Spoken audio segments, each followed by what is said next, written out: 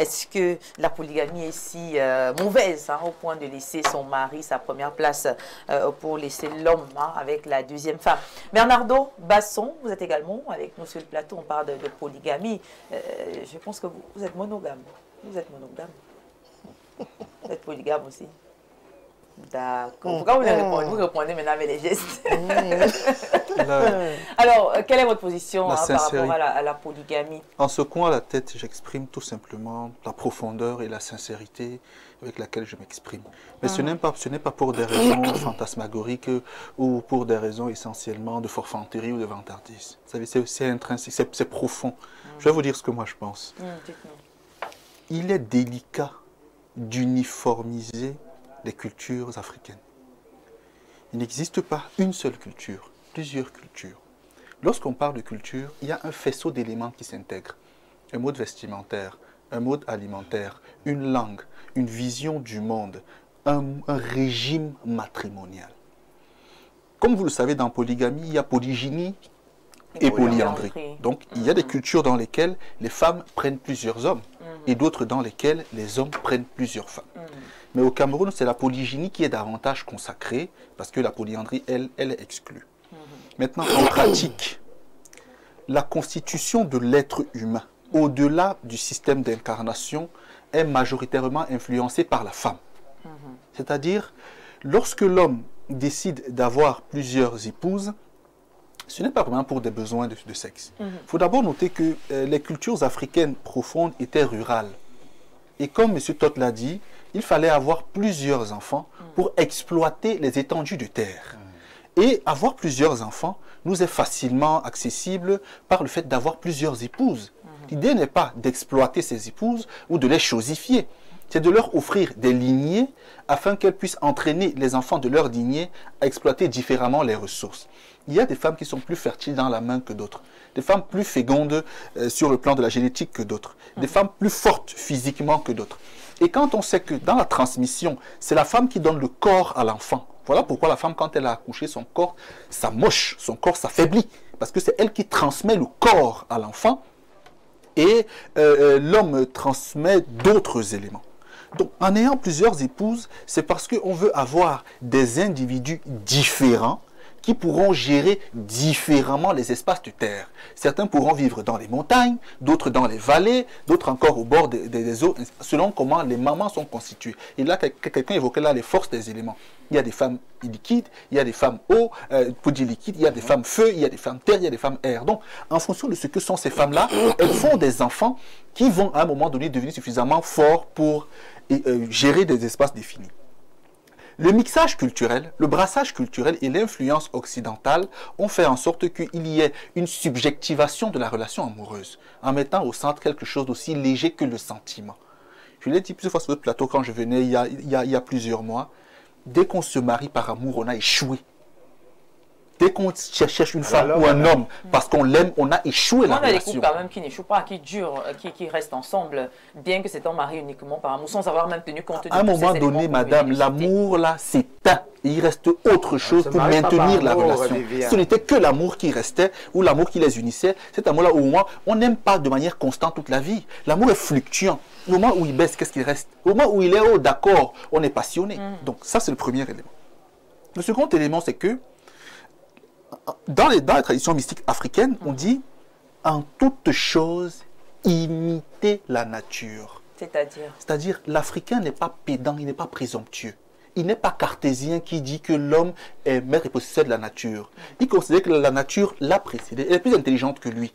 Et comme le coq qui peut avoir plusieurs épouses pour étendre sa lignée, comme le lion qui peut avoir plusieurs lionnes pour étendre sa lignée, comme le bouc qui peut avoir plusieurs chèvres pour étendre sa lignée, comme les poissons qui peuvent se multiplier à foison, l'homme également pense qu'il faut étendre sa lignée parce que l'homme il est ensemenceur quand la femme elle est réceptacle. À partir de là, l'idée, c'est la question du sentiment qui fait naître le débat. C'est-à-dire, est-ce qu'on peut aimer plusieurs femmes ou pas? Dès qu'on évacue le sentiment, le problème ne se pose plus. C'est que la femme peut choisir également un homme en disant, cet homme est grand de taille, je veux des enfants grands de taille. Elle le pointe, elle l'a. Je veux des enfants brillants. Elle prend M. Todt, elle fait un enfant avec lui. Je veux un enfant fort physiquement, elle prend son souhait. Donc ça veut dire, ce n'est pas tant une affaire de sentiment, c'est une affaire d'objectif. dans la constitution de la société. Moi, j'ai une compagne aujourd'hui, elle est originaire de la région du centre. Quand on discute, je lui dis, écoute, l'acte de mariage sera polygame. Sera polygamie. Maintenant, est-ce que je vais forcément prendre une deuxième femme? Tout dépendra de comment est-ce qu'on vivra. Heureusement, elle a un peu de maturité aujourd'hui et elle me dit, écoute, je pense que ce n'est pas le plus important. C'est-à-dire, le régime n'est pas le plus important. Les femmes ont un problème de bien. Elles n'ont pas un problème de polygynie ou de polygynie, un problème de bien. Ça veut dire que si l'homme a beaucoup de moyens, même si elle était au départ contre la polygynie, elle va finir par accepter. Donc, les hommes n'ont jamais... La polygamie ou polygynie n'a jamais été majoritaire. Hein. Même dans l'Afrique antique, elle n'était pas majoritaire. Mais il n'y a pas des pays africains qui ont quand même limité la polygamie? Il y en a, la Côte d'Ivoire, là même complètement rayée sur le plan légal. Mais quels sont les résultats quand on essaie de comparer? Est-ce que ce n'est pas mieux là-bas quand même? Quels sont les résultats? Ce que je peux vous dire, je n'ai pas d'études officielles, vous voyez. Oui. Mais ce que je pense, c'est qu'aujourd'hui, la plupart des divorces, j'en ai eu à conduire quelques-uns, sont issus, sont dégagés des foyers monogamiques. Je vous assure, c'est-à-dire que la monogamie ne rassure en rien de la qualité du mariage. Un homme fidèle n'est pas forcément un bon mari. Un homme monogame n'est pas forcément un bon mari. Ça veut dire. C'est quoi le bon mari, Bernard? Plusieurs facteurs. L'intérêt qu'il accorde à sa ou ses compagnes, l'énergie qu'il met pour solidifier des relations. La qualité d'une relation n'est pas fonction d'un critère comme la fidélité. Hein. Il y a des hommes qui sont même infidèles, qui trompent leurs compagnes, mais qui sont responsables, qui sont soigneux, qui sont disponibles et veillent sur leurs enfants. Il y a des hommes monogames qui sont violents, qui sont jaloux de manière maladive, possessifs, et qui sont vraiment, comment dire, égoïstes. Et qui ne sont parfois pas bien équilibrés mentalement. Hein. Vous voyez. Un homme qui est vraiment déséquilibré mentalement, ça c'est un point également. Pour sortir, c'est un avis, il est subjectif. L'homme qui peut doit savoir, parce qu'il faut pouvoir pour être polygame, doit savoir que la monogamie, c'est un système d'esclavagisation de l'homme. Lorsque l'homme se marie en monogamie, il est l'esclave de son épouse, de ses enfants et de sa belle famille. Qu'en est-il de la femme? La femme n'est pas esclave parce que la femme qui est seule dans le foyer fait moins d'efforts. Elle sait que l'homme doit se battre pour lui faire plaisir à elle. Faire des efforts tous les la vie est un jeu d'intérêt, Madame Bessala. Les jeunes de 20 ans vous diront, est-ce qu'on se marie pour avoir des intérêts, pour gagner quelque chose dans la vie? Tout ce qu'on fait. Je vais vous... Monsieur Niemek, il est assis près de moi. Il y a 1 an, on venait à l'émission. On parlait de la sagesse. Vous savez qu'il m'enseigne beaucoup de choses. Il m'avait défini plusieurs fois la sagesse. Il m'avait dit... La sagesse peut être l'application de la morale à un haut niveau de rigueur. Il est assis. Il m'avait également dit, l'homme sage est celui qui, par moment, se demande avant d'agir quel est l'intérêt que j'ai à poser tel acte. Une fois qu'il a déterminé l'intérêt, il sait si l'acte lui est profitable ou pas et il devient un homme sage. C'est ce que j'essaie de faire au quotidien. Donc aujourd'hui, je n'ai pas intérêt à me faire berner, à me faire utiliser ou à devenir esclave. Merci Bernardo. J'ai intérêt à être heureux. Merci Bernardo. Basson va également prendre le point de vue de Pierre Blériot. Niemek, ce matin d'abord, hein, de prime abord, on a la thématique, est-ce que l'Afrique peut se départir de la polygamie selon vous? Oui, mais beaucoup de ceux qui m'ont précédé, ils ont dit des choses très intéressantes, surtout qu'ils ont précisé que la polygamie n'était pas le système majoritaire. Voilà. Dans l'Afrique. Il ne faut pas regarder l'Afrique comme une zone où tous les hommes étaient polygames. Il y a toujours eu une stratification des hommes. Il y a les petits hommes qui n'ont même pas de femmes. Du tout. Puisque soit qu'ils ne fonctionnent pas, soit qu'ils ne peuvent pas ou qu'ils ne veulent pas. Maintenant, il y a les hommes moyens qui vivent normalement avec leur unique femme. Et dans cette Afrique-là, on trouvait que ces hommes-là étaient les femmes de leurs femmes. Parce qu'un homme qui a une seule femme est l'épouse de sa femme. Maintenant, il y avait quelques hommes qui étaient donc des hommes. Enfin, il ne faut pas aller dès que j'ai vu des gens pour... Non, non. J'ai vu un polygame, moi aussi je veux être polygame. je connais des femmes... Jean Mondola dit, on est préparé. Non, je connais des hommes, des femmes qui ont demandé à leurs hommes, tu me peux, à leurs femmes, les femmes qui ont demandé à leur mari, tu me peux d'abord. Ah, les femmes qui ont demandé à leur mari. Tu me peux d'abord quand tu entends les gens parler. Je ne veux plus entendre ça. Ouais, polygame. Donc, il n'arrive pas à gérer une femme. Non, pas gérer. Elle dit, je suis ton mari. Moi, je suis ton mari. Toi, tu viens pavader parce que tu entends les hommes parler dehors. Moi, je suis ton mari. C'est pour dire quoi, Pierre Blériot? Non, pour dire que dans la lutte des esprits, si votre esprit n'a pas pu dominer une femme ou dominer sur une femme, comment vous pouvez imaginer prendre une deuxième femme? Vous allez passer par où? Il y a des femmes, quand elles entendent même que leur mari ont des copines, elle t'appelle, elle dit viens, on m'a dit que tu as une copine, viens t'expliquer. Tu vois comment Il panique. Il panique. Quand on est assis dehors à une certaine heure, il y a des hommes qui font comme les enfants qu'on attend à la maison. C'est le respect. Oui, il vous dit que après 22 heures là, maintenir la paix très dans son bien. foyer. Alors quand tu es donc comme ça, est-ce que tu peux donc en même temps? Non, tout le monde n'en a pas besoin aussi. C'est ce que je dis donc. C'est d'abord un caractère, c'est d'abord une manière d'être. Tout le monde n'est pas comme vous. Hein, non, je ne sais pas comment je suis. Donc, vous êtes trop fort. Non, je ne sais pas. Il y a donc d'abord cela. Oui. Maintenant, il y a beaucoup de vertus à développer quand on est polygame. Ça, quand j'entends... Non. Il y a la première vertu, la vertu de l'équité.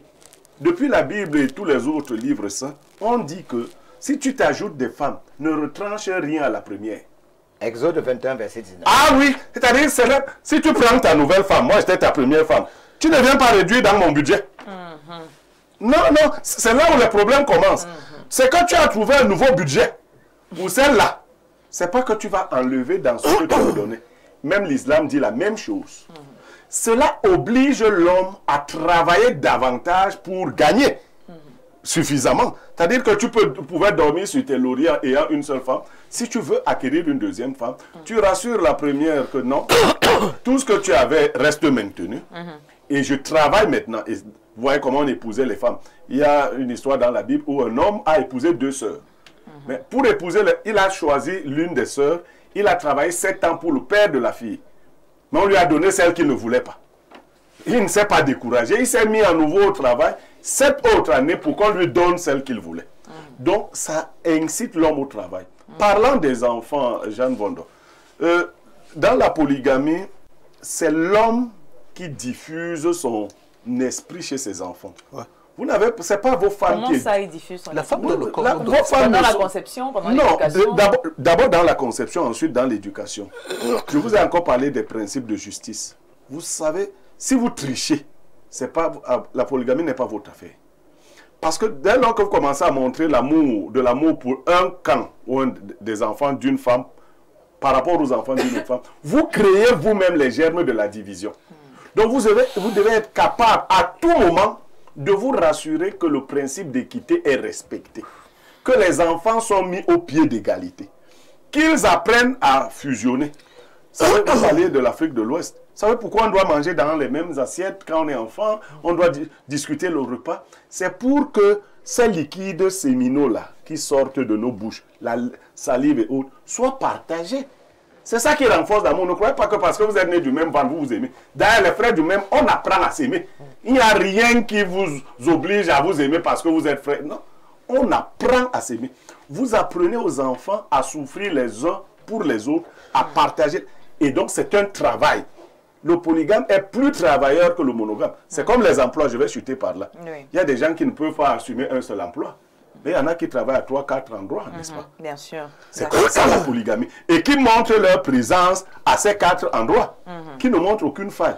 Si vous êtes fainéant et paresseux, tournez le dos à la polygamie. Ne pensez surtout pas que c'est une affaire de sexe. Là, c'est la tromperie. Aucun homme ne peut satisfaire si c'est pour des défis de sexe. Une seule femme. Je dis une seule. Si c'est pour le sexe, la femme peut te donner le sexe, tu fuis le sexe. Donc, si c'est pour le sexe, non, elle va te donner le sexe. On va te dire, tu as dit que tu voulais la nourriture. Voici la nourriture. Non, ce n'est pas ça.